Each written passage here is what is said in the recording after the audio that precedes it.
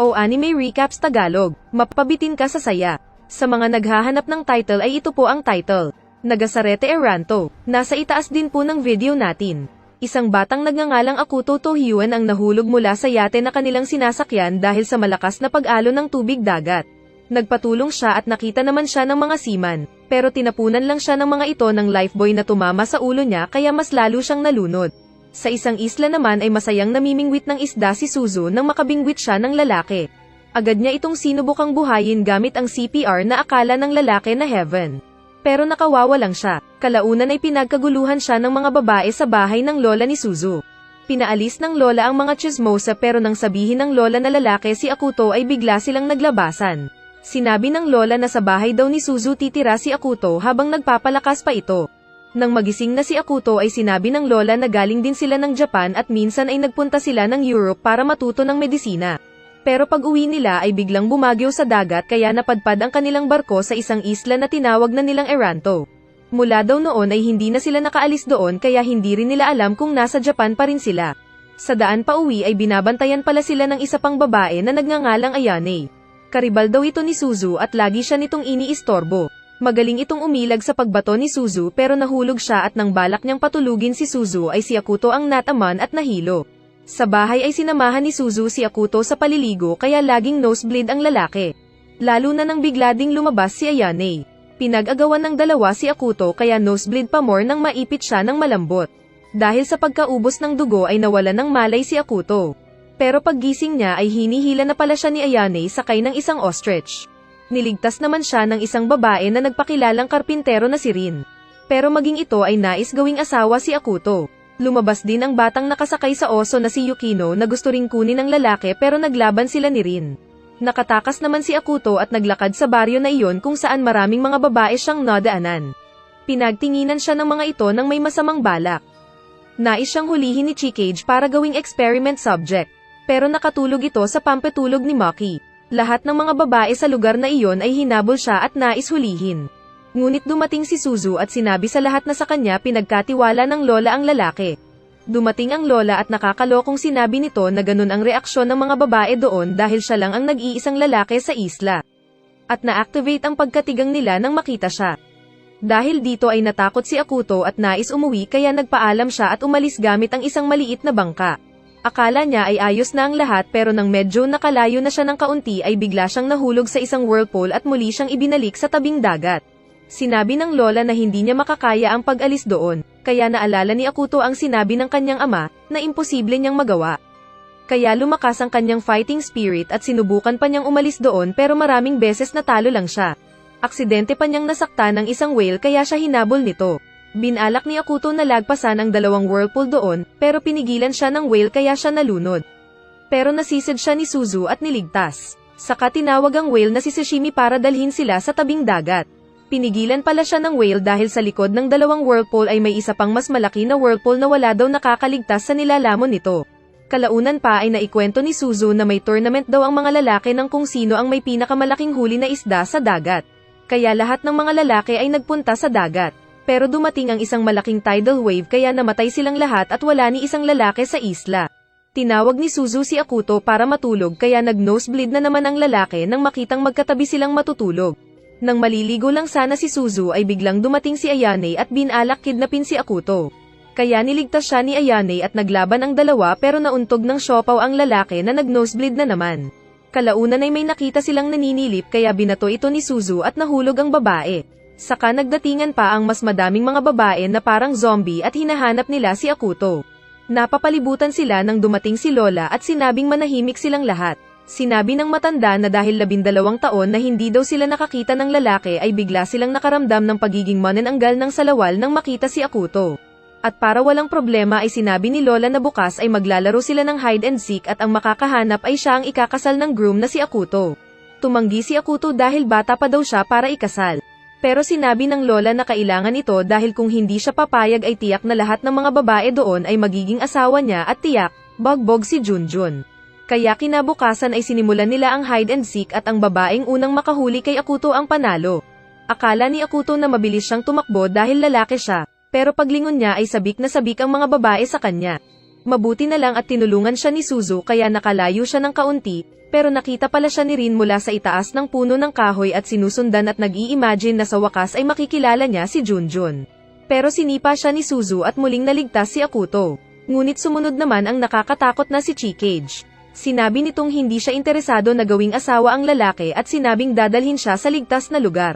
Pero may naihanda pala itong patibong, pero sinira ito ni Suzu. Kaya si Chikage din ang nahuli ng sariling patibong. Nakita muli ng mga babae si Akuto pero isa-isa silang tinanggal ni Suzu. Muntik nang mahulog si Akuto pero nakabitin siya. Pero nasa harap niya si Maki kaya pinili ng lalaki na tumalon sa rumaragasang ilog. Kaso ay nahulog si Akuto sa falls na agad na tinalon ni Suzu para iligtas. Ngunit dumating si Yukino sakay ng isang malaking ibon at dinagat ang lalaki. Paggising niya ay nagpumiglas siya sa takot at nahulog pero mabuti na lang at kasama niya ang alagang alkansya ni Suzu na si Tonkatsu at niligtas siya sa pagbagsak. Hindi nila inaasahan na nakarating pala sila ng gubat kung saan naroon ang maraming halaman na kumakain ng tao. Pero pinagsusuntok ito ni Akuto. Kaso ay dumating ang malaking food panda na binawasan ang order kong pagkain. Ay naisaktan si Akuto gamit ang matatalim nitong kuko. Ngunit inatake ni Suzu ang panda saka inalok na tulungan si Akuto. Pero naisip ni Akuto na may pagnanasa din si Suzu na gawin siyang asawa kaya hindi niya hinawakan ang kamay ng babae. Inatake ng halimaw si Suzu kaya napilitan si Akuto na itulak ang babae, kaya siya ang pinalipad ng panda. Kaso ay nalaman din ni Ayane na may kompetisyon pala para sa paghuli sa groom kaya pinatulog niya ang lahat ng mga babae na nakapalibot sa kinaroroonan ni Akuto. Nang dumating si Suzu ay lumabas si Ayane at pinatamaan siya ng pampa-paralyze. Sinabi ni Ayane na nais niyang talunin si Suzu dahil lagi siya nitong tinatalo sa lahat ng competition nila. Sinabi pa nitong mas malaki kasi ang future ni Suzu sabay masahe pa dito. Nang hahawakan na niya si Akuto ay nakalayo pala ang lalaki at nagtago sa damuhan. Nakita ni Ayane na gumalaw ang lalaki at tumalon sa bangin pero tinapon lang pala ni Akuto ang bag na kamukha niya kaya nahulog si Ayane sa baba. Biglang dumating ang lola at sinabi nitong si Suzu ang nanalo sa paligsahan dahil siya daw ang unang nahawakan ni Akuto. Sa may malambot pang banda na nakapag-nosebleed uli sa ating bida. Ngunit sinabi ni Suzu na hindi niya type si Akuto kaya hindi din sila pinakasal. Bagkos ay hihintayin daw ng mga babae kung sino ang magugustuhan ng bida sa hinaharap. Pagkaraan pa ay tumulong si Akuto sa mga gawaing bahay tulad ng pagsalok ng tubig. Nagulat siya nang makita ang malaking banga ng tubig na dala-dala ni Rin. Siya daw ang pinakamalakas na babae sa isla. Kaya na-challenge si Akuto at itinakbo ang tubig pa uwi pero nadapa lang siya. Sinabi ni Rin na bigyan na lang siya ng tubig pero tumanggi si Akuto. Dumating ang isang ninja na fan ni Rin at nagpasalamat kay Akuto. Ngunit nagbanta ito na tigok siya pag sinaktan niya si Rin. Pero sinipa lang ito ni Rin. Nang magha-harvest na sila ng kamote ay nahihirapan si Akuto sa pagbunot sa isang kamote kaya sinabi ni Suzu na magtulungan sila. Nagulat siya dahil higanti pala yung bunga ng kamote nila doon. Sinabi pa ni Suzu na maliit pa daw ito. At nang ilibat niya ang paningin ay nakita niya ang pagkalaki-laki ng mga root crops na bunga. Alang hiyang higanteng bunga na mga iyan. Tumulong din siya sa pagtanggal ng buhok ng mga tupa doon na parang bola lang. Pero nang masaktan niya ang isa dito ay inatake siya ng lahat. Nakasalubong nila sina Chikage at Yukino at magkakasama silang kukuha ng higanteng kabute. Madali lang nakuha ng mga babae ang mga kabute na parang muscle ni Taguro, pero nahihirapan si Akuto. Ang dahilan pala ay peke ang nahawakan niya dahil kabute ito na may bunganga at kinain siya. Kaso ay namamatay daw ang mga ito pag kumain ng tao. Nagpaturo siya sa mga babae kung paano malalaman ang tunay na kabute at peke at sinabi naman sa kanya ni Suzu. Pero palaging yung peke kabute ang napipili niya at kinakain siya lagi.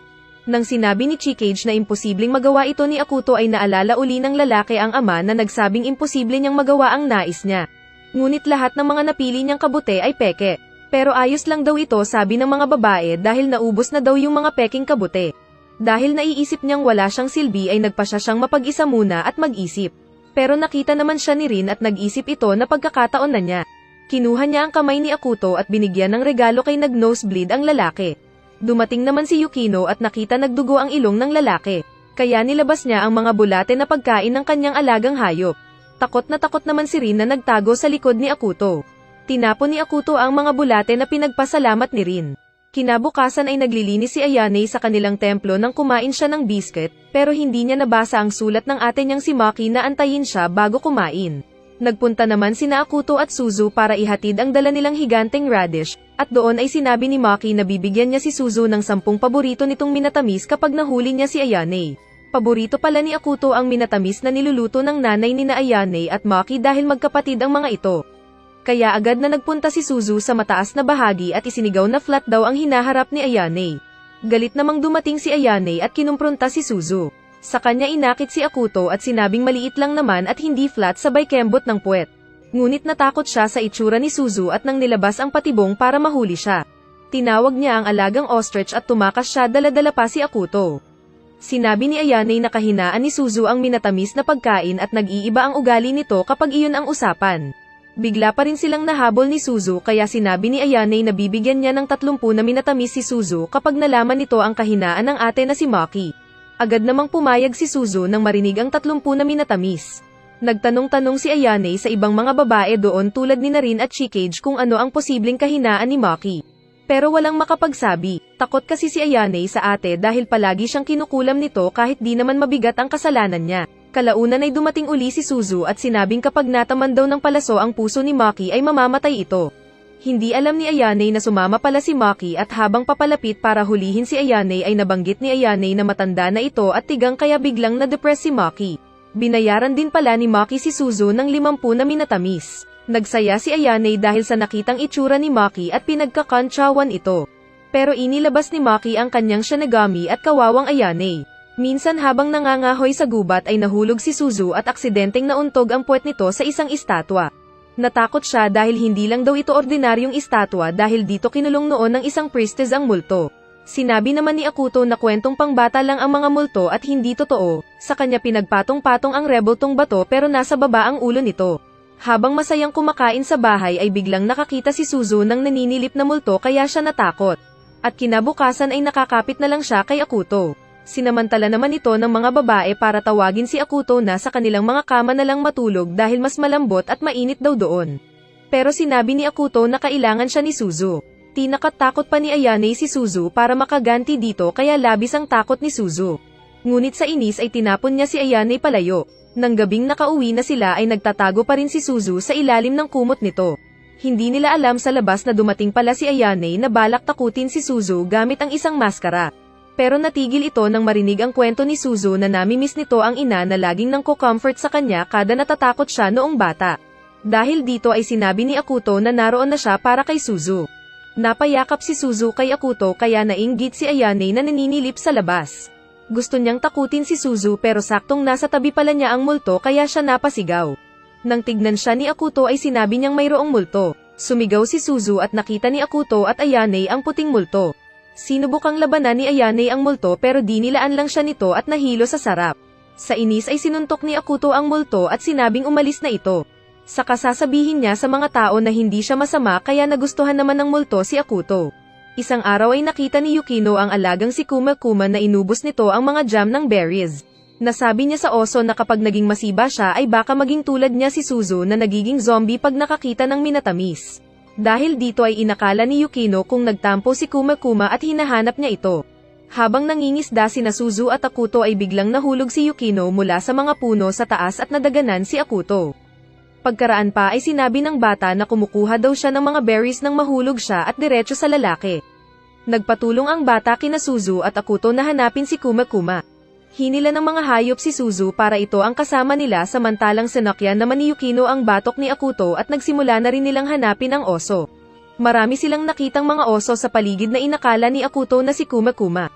Pero iba pala, may mga ilan pang oso na nagulat sa pagkakakita kay Akuto at pinagsusuntok siya. Kaya sinubukan niyang magtanong sa mga mas maliit na hayop pero nasmack pa rin yung mukha niya. Samantala sa kinaroroonan naman ng mga hayop at ni Suzu ay may naramdaman silang masamang aura na nagmumula sa paligid. Tinapunan ito ni Suzu ng bola at lumabas si Ayane. Nais na naman nitong ma-challenge si Suzu at pinakita nito ang bilis sa pagtalon at sinabing walang mata na makakakita sa kanyang bilis. Pero nasapok lang siya ng ibon. Parang si Sonic at Saitama din lang. Kalaunan ay may maliit na hayop silang pinagtanungan at tinuro nito kung saan nakita si Kuma Kuma. Nagpunta sila ng isang tulay na gawa sa kahoy at doon ay natakot si Akuto na dumaan. Ngunit tumakbo ang bata sa tulay nang walang takot, kaso ay nasira ang tulay at nahulog ang bata. Mabuti na lang at nasalo siya ni Akuto na nagawa pang makahawak sa tali. Nang tuluyang mabunot ang pundasyon ng tulay ay nahulog sila. Pero bigla silang niligtas ni Kuma Kuma gamit ang lakas nito kaya sa kakahuyan sila bumagsak. Nang magkita sina Kuma-kuma at Yukino ay naintindihan ni Akuto ang sinabi ng oso na akala nilang dalawa kung umalis ang isa't isa. Dahil naintindihan na ni Akuto ang salita ng mga hayop ay sinabi ng mga hayop na nais na rin nilang si Akuto ang kanilang kasama kaya tumakbo si Akuto. Habang natutulog ay biglang lumindol kaya nagising sina Akuto at Suzu. Nang maliligo na si Suzu ay narinig ni Akuto ang kanyang pagsigaw kaya agad siyang nagpunta sa kinaroroonan nito. Pero nakakita siya ng pampa nosebleed kaya nahilo na naman siya. Dahil walang hot bath ay nagkakaproblema ang lahat ng mga babae. Kaya ang ginawa muna nilang solusyon ay magpainit ng tubig gamit ang malaking drum. Kinulam ni Maki ang kapatid na si Ayane para painitin ang tubig para sa kanya. At sa huli ay nakaligo naman ang lahat ng mga kababaihan. Sinabi ni Akuto na hindi naman daw kailangan maligo araw-araw dahil pwede naman daw silang magpunas-punas o maligo na lang sa dagat. Pero nagalit ang mga babae at sinabing dogget daw si Akuto. Habang natutulog ay naisip ni Akuto na pasayahin si Suzu kaya maaga siyang nagpunta sa kinaroroonan ng bundok kung saan nagmumula ang kanilang water supply. Pero sa pag-ihip ng malakas na hangin ay nahulog siya at muntik ng ma-deadball. Pero dumating si Yukino at ang malaking ibon at niligtas siya. Kalaunan pa ay dumating din si Rin at Suzu at nagtulungan sila para alisin ang naging barado ng pagdaloy ng tubig. Habang nakalambitin sina Akuto at Suzu ay nauna sa baba ang lalaki kaya pagtingin niya sa taas ay nabahala siya at nahulog tuloy sa baba na nosebleed ulit. Nainitan daw si Akuto sa loob kaya tinanggal niya ang t-shirt. Kaya sinabi ni Suzu na pati din siya, kaya nosebleed ulit ang Makong. Naghuhukay na sila nang biglang muling lumindol at nahulog ang dalawang bida sa mas malalim na bahagi. Dahil nasaktan si Suzu ay binuhat siya ng lalaki at nasiyahan naman ang babae. Kasama pa rin nila ang baboy na may dala na ilaw. Sinundan nila ang pinagmumula ng ihip ng hangin at nakita nila ang labasan pero nasa itaas ito. Nakita ni Akuto ang pinagmumula ng mainit na tubig at gamit ang dalang shovel ay sinubukan niyang hukayin ang bato para matanggal daw ito sa daan para malayang makadaan ang tubig at may tulak sila pataas. Nasira ang pala ni Akuto pero biglang lumindol uli at natanggal ang nakaharang na bato kaya tinangay ng malakas na tubig ang dalawang bida. Kaso ay naanod si Suzu at nawalan ng malay. Nasisad at nahila siya ni Akuto at habang pataas ay nakita niya ang isang misteryosong dinosaur. Kalaunan pa ay nakaalis din sila at masaya ang mga babae dahil bumalik na ang kanilang hot bath. Nagpasalamat din si Suzu sa kanya dahil sa kanyang ginawang pagtulong sa babae. Isang araw ay nagpunta sina Akuto at Suzu sa isang master ng babae. Ito daw ang Lord of the South dahil siya ang boss doon. Kaso nang makita ng lalaki kung sino yung mukhang nakakatakot ay isa lang palang maliit na pusi. Ipinaliwanag ni Suzu na may lord sa 4 na direksyon at sa dagat at sa buong isla. Sinabi ng pusa na pinatawag daw sila nito para sumali sila sa paparating na paligsahan kung sino ang papalit na lord. Dumating nga ang araw ng competition na labanan ng mga hotdog versus pusi. Ang gagawin lang daw nila ay guguhitan ng balbas ang pinaka-leader ng aso at ng pusa at kung sino ang maunang makagawa nito ay panalo na agad. Mabilis na tumakbo sina Akuto at Suzu para puntahan ang boss ng mga aso. Ngunit sa daan ay pinigilan at nadulas sila dahil sa nagkalat ng mga balat ng saging. Patibong ito ng mga aso para mapigilan sila sa pag-abante. Pero binato ni Akuto ang aso ng sarili nitong kalat. Saka pinatid nila ang mga aso na umiikot sa kanila kaya napatid ang mga ito at nagawa nilang sulatan ng bigote. Nang makita nila ang leader na aso ay sinabi ng aso na imposible na matalo nila siya. Nainis na naman si Akuto sa salitang imposible kaya hindi na nag-isip na tumakbo siya patungo sa aso. Pero biglang lumabas si Ayane at Maki at nagawa nilang masulatan ng isang linya sa mukha sina Suzu at Akuto. Kung mananalo daw si Maki ay gagawin niya ang lahat ng gusto niya sa lalaki. At kung mananalo naman daw ang mga pusa ay malaya din ang lalaki na gawin ang gusto sa babae. Samantala ay nakaabot naman ang ilang mga aso sa nakatayong pusa na hari daw ng mga kuting. Nagawang masulatan ng mga aso ng balbas ang pusa at agad silang nagpahuni ng plauta dahil panalo na daw sila. Pero biglang nahulog ang ulo ng pusa at nalaman nilang ito pala ang baboy na alaga ni Suzu. At kasama pala ni Akuto at Suzu ang lord na pusa at mabilis nitong sinulatan ng balbas ang aso, kaya nanalo sila sa laro. Saka nalaman ni Akuto na laro lang pala ito bilang pastime at hindi seryoso na alitan. Minsan ay patungo naman sila sa kinaroroonan ng isang sakura tree dahil namumulaklak na daw ito. Pero hindi sila pwedeng magkakasamang pumunta dahil pag nakita sila ng lord doon ay baka magalit ito dahil masungit daw ito. Kaya nagbunutan sila at alam ni Akuto na something smells fishy, pero naging biktima pa rin siya ni Maki. Kasama niya si Maki na kailangan nilang dumaan sa mataas na bundok. At doon ay sinasamantala siya ni Maki at nakangiti pa. Sinabi naman ni Chikage sa mga kasama na baka puwersahin ni Maki si Akuto lalo at matanda na ito. Pero bigla siyang bumagsak na nasaktan. Kinulam pala siya ni Maki na naririnig ang kanyang sinasabi. Nakaabot sina Akuto at Maki sa ituktok ng bundok pero nabahag na ang buntot ni Akuto nang makitang wala silang dadaanan. Tatakbo sana siya pero tinali siya ni Maki at inilaglag sa ibaba na isang paa sa hukay. Nagkita-kita uli sila pero bago pa man nila marating ang Sakura Tree ay nakasalubong nila ang tigre na lord doon kaya sila natakot. Pero sinabi ng tigre na hindi na siya ang boss doon dahil natalo na siya ng iba. Tinuro pa nito kung saan ang daan patungo sa Sakura Tree. Akala ni Akuto kung masyado lang silang naghirap para makita ang isang puno, pero nang hilahin siya ni Suzu ay naging masaya din siya pagkakita sa puno. Saka sila masayang kumain sa ilalim. Ipinakitang nagbabasa ng libro si Chikage tungkol sa mga lalaki. Dumating sina Akuto at Suzu sa tahanan ni Chikage at nakita ng lalaki na siya lang ang may kakaibang design ng bahay na western type. Kumatok sila ng pinto at binuksan ito ng isang elepante na katulong. Sinabi ni Suzu na siya ang pinakamaganda sa isla kaya tinitigan ni Akuto ang elepante kaya nahiya ito at nasuntok siya. Kalaunan ay dumating ang nakakalokong si Chikage na nakadamit ng pangmaharat na katulong. Kaya nag-nosebleed ulit si Akuto lalo na nang may ihip ng hangin.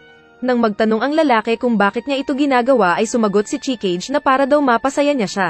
Saka nilabas nito ang mga nabasang libro na pang-hustler sa chicks. Pinaliwanag ni Chikage na may mga bagay na natatangay sa kanilang isla na kanyang nakukolekta. Saka sila dinala sa kwarto sa ilalim. Pero iba ang ngiti ni Chikage dahil balak pala niyang obserbahan ang mga reaksyon ni Akuto. Pinakita ni Chikage ang mga kagamitang kanyang nakolekta at sinabi naman ni Akuto ang mga gamit ng mga ito na pinagtaka ng mga babae. Ngunit sinabi ni Akuto na hindi ito pwedeng magamit dahil walang kuryente. Nang pauwi na sana sila ay sinabi ni Chikage na doon na lang sila matulog.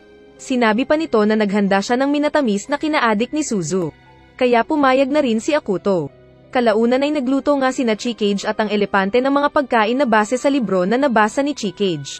Nagugulat naman si Akuto dahil hindi ganun ang itsura ng ramen at ng hamburger. At nagulat pa siya sa takoyaki na biglang gumalaw dahil nilagyan lang pala ni Chikage ng sauce ang buhay na octopus. Sinabi ni Akuto na kung pwede sana ay curry rice na lang at hindi nga niya inaasahan na may curry rice pala silang kinakain doon. Akala ng mga cook kung ayaw uli ni Akuto ang lasa nito pero masayang-masaya ang kumag. Masaya din si Suzu sa minatamis na para sa kanya. Nang magpapalim na uli sina Akuto dahil maaga pa ang oras ay pinalo ni Chikage ang octopus doon para lagyan ng tinta ang dalawa. Saka sila maliligo pero nag-nosebleed ulit si Akuto nang makakita ng hamburger.